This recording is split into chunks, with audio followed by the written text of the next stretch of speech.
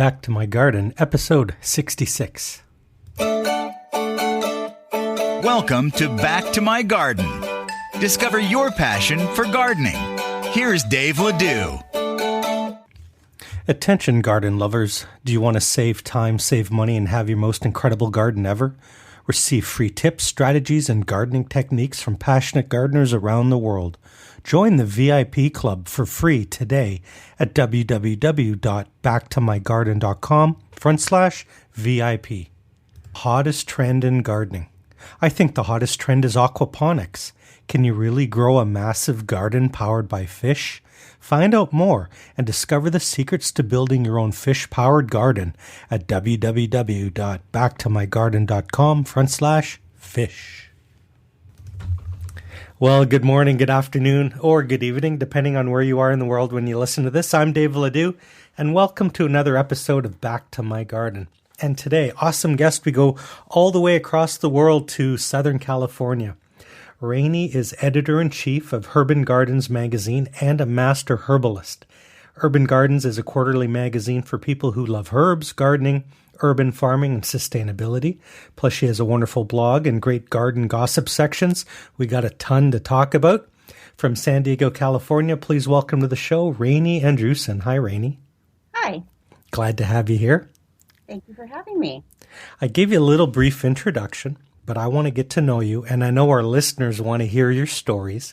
Can you take a minute or two and just share with us a little bit about your background and how did you get into gardening? Well, it pretty much started in high school. I took agriculture, horticulture, and landscaping classes when I was in high school. And then I got into, when I was old enough to start working, which was 15, I got a job at Woolworth Garden Center. And I was pretty fascinated with just life in general, like watching seeds sprout and grow and change from the first true leaves to a giant bush. It was amazing to see that, and I was pretty much hooked after that. Fantastic. Wow, 15 at a garden center. That's amazing. Yeah, I had wet feet for weeks until I learned how to water without getting my feet wet. Oh, my wife always makes fun of me because I have a tendency to overwater everything. So all of my tomatoes have wet feet, so I can totally relate. Raynie, you gave us a good introduction, a lot to work with there. What I want to do is urge the listeners who are driving, keep both hands on the wheel. Raynie and I are going to chit-chat about gardening, and I'm going to take the notes for you. And all of the links and resources that we explore will be up on the show notes on the blog. Make sure you follow Raynie on Twitter. She's got a very active Twitter feed on social media. That's at Herban Gardens. Now that's spelled HerbanGardens. And Raynie has a developing blog at herbangardens.net. Where should we start, Raynie? I want to take you back to the garden center days. How nervous were you when you got your first job working at the garden center? I wasn't really nervous. I was really excited because learning about horticulture and getting a discount and getting to buy plants at a discount was really exciting to me. So, yeah, I wasn't nervous, but I was pretty excited. You just blew my mind. I've never considered you get a discount. Of course you do. We have a lot of listeners on tight budgets. You know, they garden, and you could volunteer. That's great stuff. Did they let you grow your own stuff, or was it just kind of work related? Like, did you get to experiment at all on other people's plants? No, basically people would come in and buy plants that were provided by vendors. That was at the first nursery I worked at. One of the other nurseries I worked at, they actually had growing grounds where they grew their own plants and sold them. And the only experimenting I really got to do was when I was at the nursery was to, like if someone wanted something planted for them or they wanted some intricate basket made, I got to pick the plants and plant them and design it and things like that. So that was the only experimenting I got to do at the business, but at home I could do whatever I wanted to. You know, Raynie, there's parents listening to this from probably 35 different countries with kids. And it's really weird now. Like, college is a lot of money, and often you get a degree that you can't get a job or career. How important was it for you in high school to get that exposure to horticulture so young? Well, I think it's helped me a lot because I care more now about the environment and the food we eat. And when you get an appreciation for nature, especially at a young age, it kind of goes with you through your whole life. You know, I'm exposing my son, who's 7, to gardening and hiking and having appreciation for the environment that you live in and where your food comes from. And those are important things to learn at a young age because it'll be with you your whole life. And it can really change the way you look at things. Oh, yeah. I have a friend who has a teenage son, like 14. And he asked his kid, where does cheese come from? And he had no idea. And he realized his 14-year-old son had never seen a cow because he's urban, right? Lives in the city. Cheese comes from a store. Like the process to go from cow to milk to cheese. You know, the kid knew how to beat Halo and, you know, all the video games, but he had no idea where cheese came from. Right. It's really important, the kind of stuff you're doing. I want to change gears on you a little bit and talk to you about your magazine that you're starting. Or developing Herban Gardens, and I know you're involved in social media and blogging. What's that like been for you to share and teach and write about gardening? It was actually, it started out, it was something I always wanted to do, and I just never got around to doing it until I had surgery on my foot and couldn't work. So I took that time to pursue one of my dreams, which was to make a magazine. And I had some experience working for my college newspaper, so that enabled me to learn design elements and things about photography and writing. And it really kind of is a labor of love. I mean, it started out where I was just hiring some freelance writers to help me write it. And I have 2 issues out now. But I'm also still in school for my degree in English. So it's kind of hard to get the magazine out in a timely manner. But, you know, it's something that I had always wanted to do. And I'm really glad that I did it. And I think that when I have more time to put out more magazines and blogging and things like that, I think it's going to be a very good resource for people who enjoy gardening and adventures in urban farming, which I'm starting now, and just learning about sustainability and how we can make our gardens more sustainable for us and for our communities, because we can always help somebody with what we grow. You're in Southern California, right? Right. So it rained every day, didn't it? No. It was. I live a long way away, and even over here on TV, it showed how brutal your drought was. What was that like for gardeners this year? Well, I can't speak for everybody, but I can speak for myself in that we had restrictions on watering, and it's a little bit tough because I have chickens and ducks like water. And but you know, you have to make sacrifices somewhere, so I had all my tomatoes died pretty much.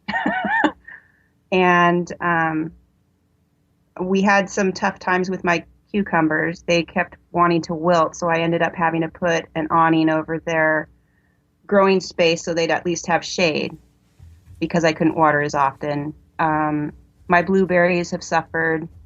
My fruit trees are doing all right, but other than that, I think our biggest problem were the tomatoes. They didn't survive.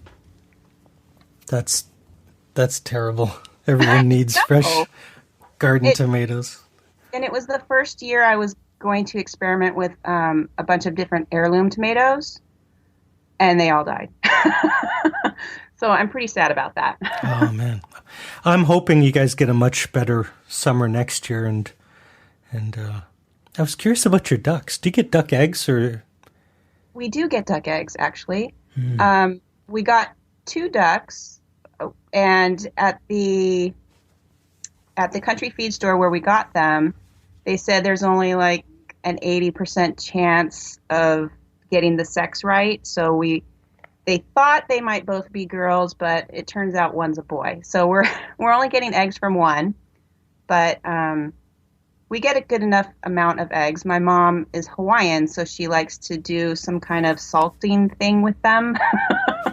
I don't know. I don't eat it, so I'm not sure, but she salts the eggs, and they're pretty good in omelets. Oh, yeah. When I was in Philippines, I was on a beach in Cebu, and this little man with a broken down wheelbarrow was ringing a bell, and my friend said, "Oh, good, balut." And he waved the guy over and said, "Here, do you want a balut?" I go, "What the heck is a balut?" And it's just a duck egg, right? So I take a bite out of this duck egg. And he said, "Don't look at it." And there was a face looking at me. And that was my introduction to balut. So I always ask when I hear the word duck egg, and I'm sure in Hawaiian they don't have them quite the same, but I'm sure it's delicious. Yeah, theirs don't have embryos in it. But I did hear there's like a couple different versions of balut. Like there's a squishy one, and then there's a crunchy one. I've never tried it. Yeah, I ate it. But he goes, "Do you want another one?" I said, "One's my limit." And that's my lifetime limit. I had the one, but I love Philippines. I love Hawaii.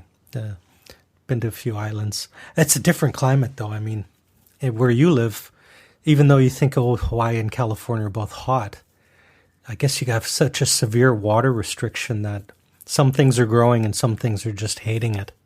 Yes. Very good. But, I have family in 70s. Oh my gosh, it's so cold. I understand completely. So your cucumbers struggled, and your tomatoes had a really tough time. What brought you joy in your garden? What seemed to make you happy? I like starting from seed. Seed is my favorite thing to work with. I start my seeds in recycled plastic containers. Mm-hmm. Like, say you go to the grocery store and you get those little cherry tomatoes, and they come in like one of those little plastic clamshell type things. I'll put little peat pellets in those and start my seeds in those. They're like little mini greenhouses, and they're more manageable than having a giant greenhouse, which I've had before. Especially for backyard gardening, if you want to start your seeds in something and make sure they sprout before you put them in your beds, that's a good way to go, is just to use little recycled plastic containers. They work out really well. Very nice. And when do you start your seeds? March or April? Whenever it says on the package. Yeah. It's funny because I'm trying to relate it and filter it through what we go through up here. Right. And, I'm on the opposite side of Lake Erie across from Cleveland. Oh, okay. So in mid-March, there's about a foot or two of snow on the ground. Right. And so you can have to, and all the gardeners get so hopeful and optimistic, oh, I just planted seeds and it's 20 below outside. Right. But you kind of have one big long growing season.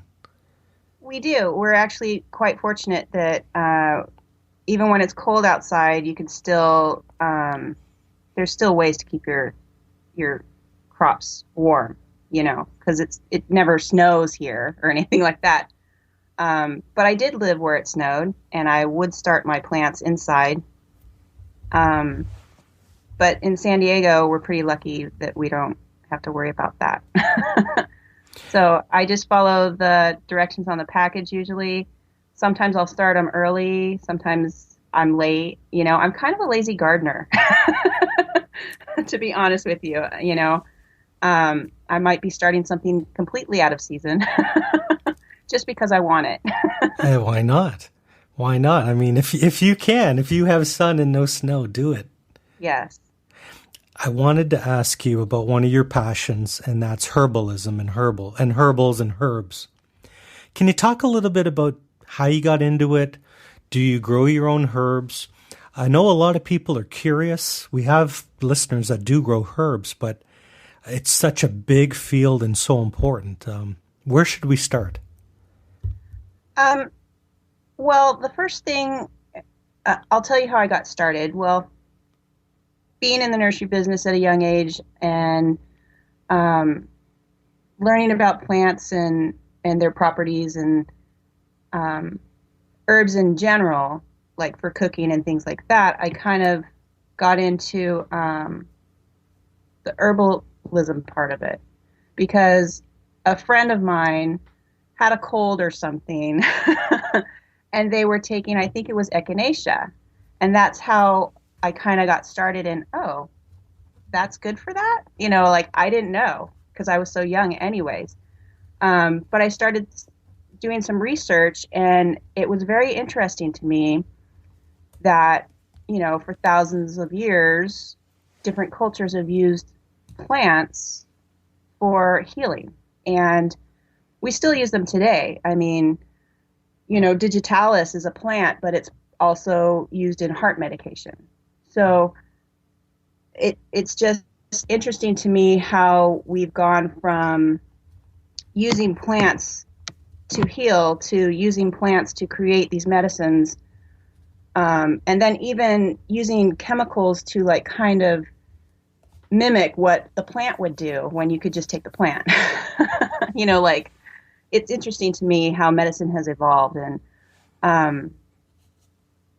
being an herbalist, I had to study for over a year to be an herbalist, and we had to do case studies and things like that. And I learned quite a bit about herbal medicine, and just from reading, even doing research on my own about different methods of healing. And it just kind of grew from there. And I have grown my own herbs. One of my dreams was to be an herb farmer. So when I was about 32, I was working at a casino because that was my other area of expertise. I quit the casino, I cashed out my 401k, and I moved to Reno, Nevada because a friend of mine had 125 acres and asked me to come up there. So I'm like, I'm going to go be an herb farmer. So I moved up there, I built a greenhouse, and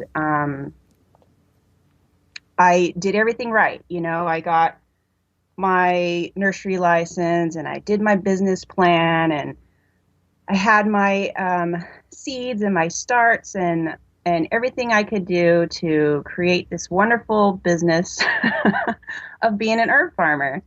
And I even knew what nurseries I was going to sell to. But there's so many unknowns when you start a project like that. So I had this beautiful greenhouse, and what I didn't know was that I had planned for the snow. Like I knew the greenhouse could hold whatever snow we got, but I didn't plan for weird 80-mile-per-hour winds that just cropped up out of nowhere and would rip the shade cloth off my greenhouse. And that left my little herbs inside baking. So sometimes they wouldn't survive, sometimes they'd be okay. But then I had these little critters that would come in mysteriously in the night, and I'd come in and things would be like gone. They'd be eaten. So it was quite a disappointment and a good experience because you never know what's going to happen, even when you plan for your garden or whatever you have planned in your life. But that was my experience with medicinal herbs, growing them and learning about them. So wow. So You bankrolled your entire life savings. You battled 80-mile-an-hour winds, drought, temperatures, bugs, critters, and animals. That sounds a little bit like farming, doesn't it? It does. My goodness. And still now you can chuckle about it. Yes, because I haven't quite given up. I still have that little spark in the back of my mind that I'm going to do it again, maybe on a smaller scale, Mm-hmm. But, it's something that I haven't given up on. It's just on hold. Do you have a favorite herb that most people have never heard of or talked about that has some special properties? I do, actually. I have an herb that is kind of my go-to herb whenever I feel like I'm getting sick or something like that. It's called cat's claw. But you have to be careful because the thing about herbs is like people call it, people might call one thing cat's claw, another thing cat's claw, but you need to know the botanical name, and that's the important thing, is knowing the botanical name. So the botanical name of the plant that I'm talking about, and I might say this not quite right, it's Uncaria tomentosa. Your Latin is fantastic. Oh, thank you. That's the botanical name, and it's actually a vine that grows in South America. And they use the inner bark to make tinctures. Mm-hmm. And the properties of this herb, it is antiviral. That's the main reason I use it. Like if I feel like I'm coming down with a cold or something like that, I will take that in a tincture form. And it works. It really boosts your immune system to help your body get rid of whatever the virus is. And I've used it for years and years and years. And that's kind of my go-to herb. That's one of my favorite herbs to use. Fantastic. Cautionary note to people who don't use herbs. It's a big pool. Don't just leap in off the diving board. Dip your toe in the shallow end. There's tons of great books and education and resources out there. I've been around herbs a long time. I did a lot of martial arts, Raynie, and so you get awfully smashed up and bruised and damaged. And we had a healer at our gym who had studied in India, some Ayurvedic, and in China, Chinese medicine. And it was amazing, like could do some remarkable things, like a big purple and green bruise would disappear in a day and a half with these. They don't smell great, some of them, but they sure are powerful. Oh, what is it called? Is it called Jitdao or something like that? When they put the herbs together for you, because I used to do martial arts too. But we didn't have a healer who took care of those things. I just had to live with my bruises. Yeah. And he changed my diet too. He got me, like I was eating all wrong and I was just a mass of bruises because I was deficient in certain minerals and amino acids. And you learn a lot when you deal. Yeah. I mean, this is how I believe gardening is done, is nobody wakes up one day and says, I'm going to be a gardener. There's always like a coach or like a Obi-Wan Kenobi that trains you like a Yoda. And you get teachers, right? Right. That's totally true. Like every nursery I've worked at, whenever someone would come in with a problem and I didn't have the answer, one of the nurserymen would come by and I would sit there intently listening and just absorbing everything they had to say. And that's how you learn. You definitely have mentors. Let's take a quick minute to thank our sponsors and then come back and play 5 quick questions. Are you concerned about toxic chemicals, GMOs, and frankenfood? Don't panic. Grow organic. Discover my new resource for organic gardening. Go to www.backtomygarden.com/myorganic. It pays to garden blog. Discover how to earn your first $500 as a new garden blogger. Get my simple 5-step system for creating your own second income, doing what you love part-time. Download instantly for free my Garden Blogger Blueprint at www.backtomygarden.com/secret. You know, Raynie, I just looked at the clock and our half hour is rapidly flying by. Now's the time in the show where we play a game called 5 Quick Questions. Okay. This is your chance to share wisdom and experience with novice gardeners. Are you ready to play? Sure. Question number 1. What's the biggest excuse or the number one reason that people give you why they don't garden? What scares them the most? I think that people are worried about a lack of space and a lack of knowledge. But these are things that can be easily overcome because, you can put pots in your house, on your patio. There's community gardens. And you can always find expert advice. There's the university extensions that you can get advice from, and especially your local nurseries. And I'm not talking about like Home Depot or Lowe's or places like that. I'm talking about a real nursery with certified nurserymen who that is their life. That's what they've done their whole life. And those are the people that I like to get my information from because I've worked in a Home Depot before, and and I know that you don't get the advice that you need because they don't really know as much as you would find in a nursery or the university extensions. Fantastic. Good answer. Question 2. What's the best gardening advice you've ever received? The best gardening advice I ever received, let's see, probably when you're watering your plants to give them a shower. And I don't mean just watering the tops. You got to shoot the bottoms too, because that's where pests like to hide. And if we can control and manage the pests, then we don't need to spray. Like one of the things that when I was working in the nursery industry, people would always come in with their little jars or bags with weird bugs and stuff and say, give me something to kill this. What can I spray to kill this thing? But if you can manage your pests, you don't need to spray, and it's better for the environment, the ecosystem, and our health. It's funny, isn't it? Like people just try to kill every bug.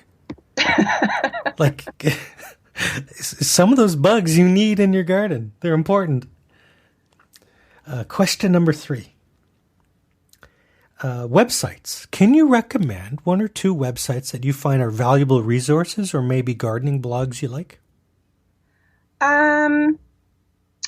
The most valuable resources, and one of the resources that I tend to promote on my Twitter, is university extensions. Mm-hmm. Whenever I have a question about anything, I look it up, and I always put, like, say I'm searching for how to grow tomatoes, I'll always put how to grow tomatoes university extension in my search, and that will bring up universities' websites with their, they might have PDFs, they might have articles, they have a wealth of information.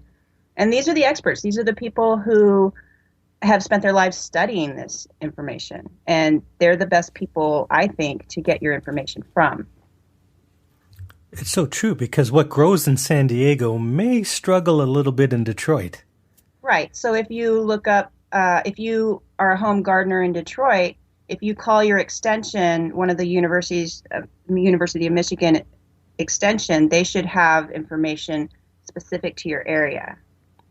We have a lot of listeners in England, in the UK, and the Royal Horticultural Society has something similar in the UK, and pretty much every university now is getting into this.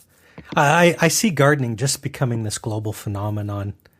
And I agree with that, because I think the more that people get back to growing food for their families and for their communities, I think it's going to spread a lot more, especially now with,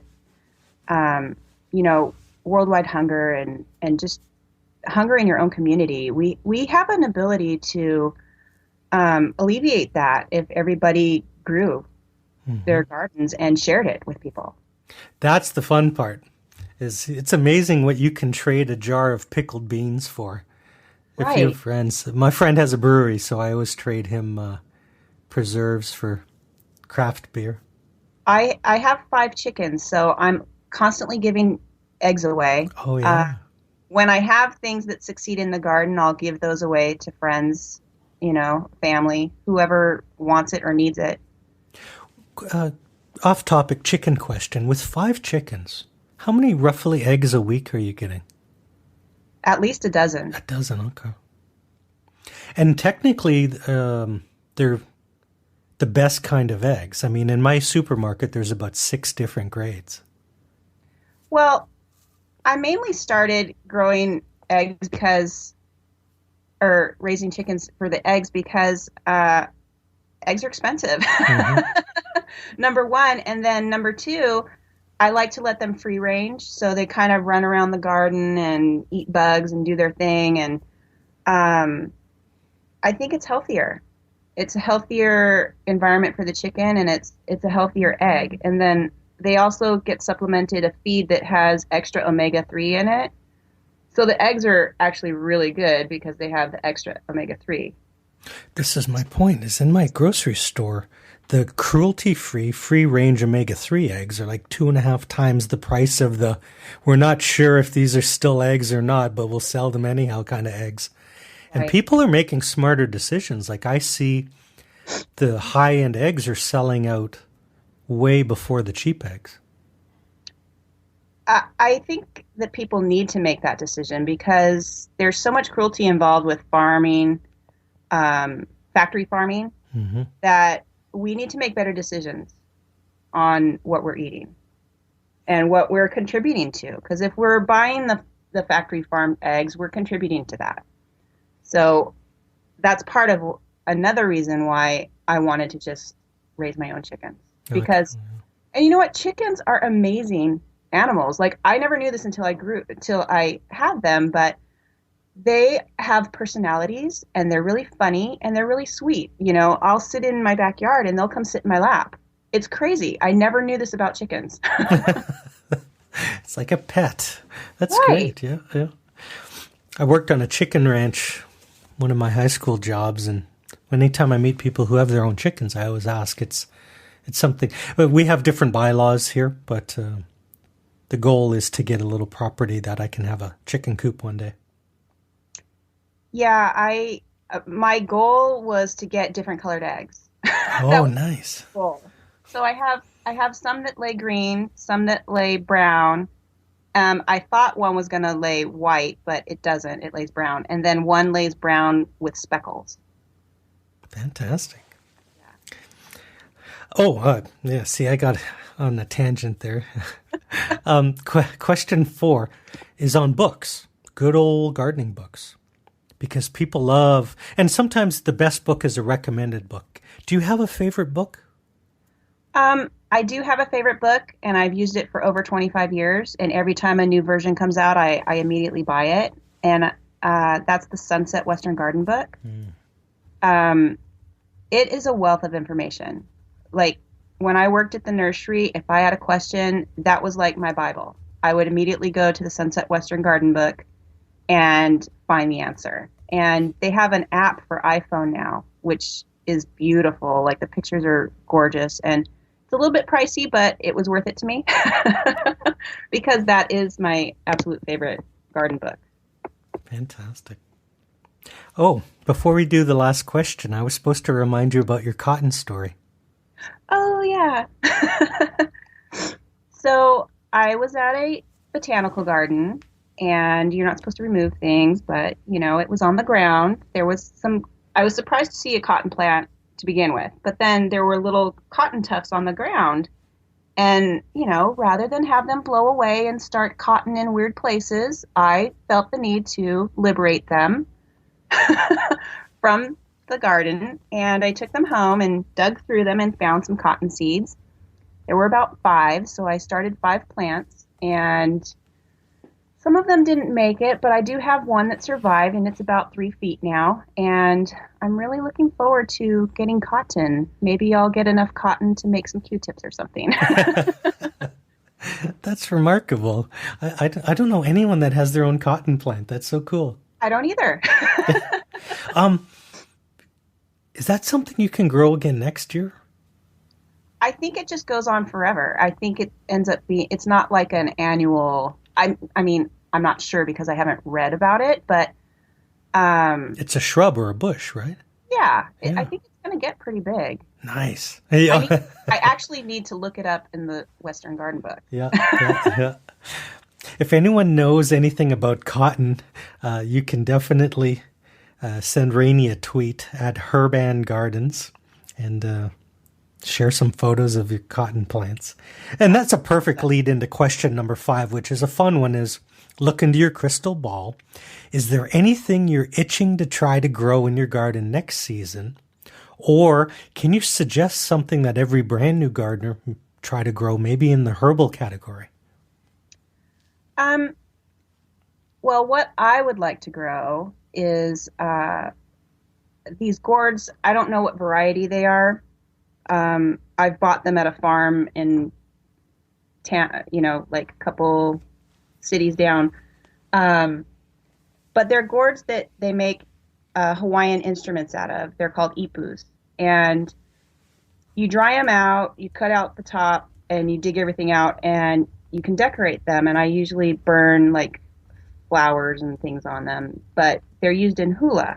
And I used to take hula, and I like to design these, and I would like to grow those.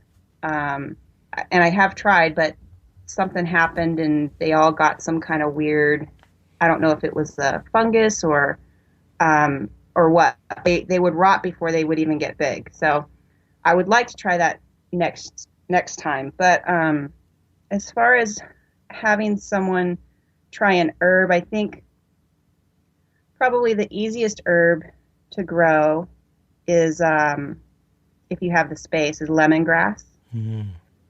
It's good for cooking, but it's also good for tea. And it's really easy to grow, and it's drought tolerant.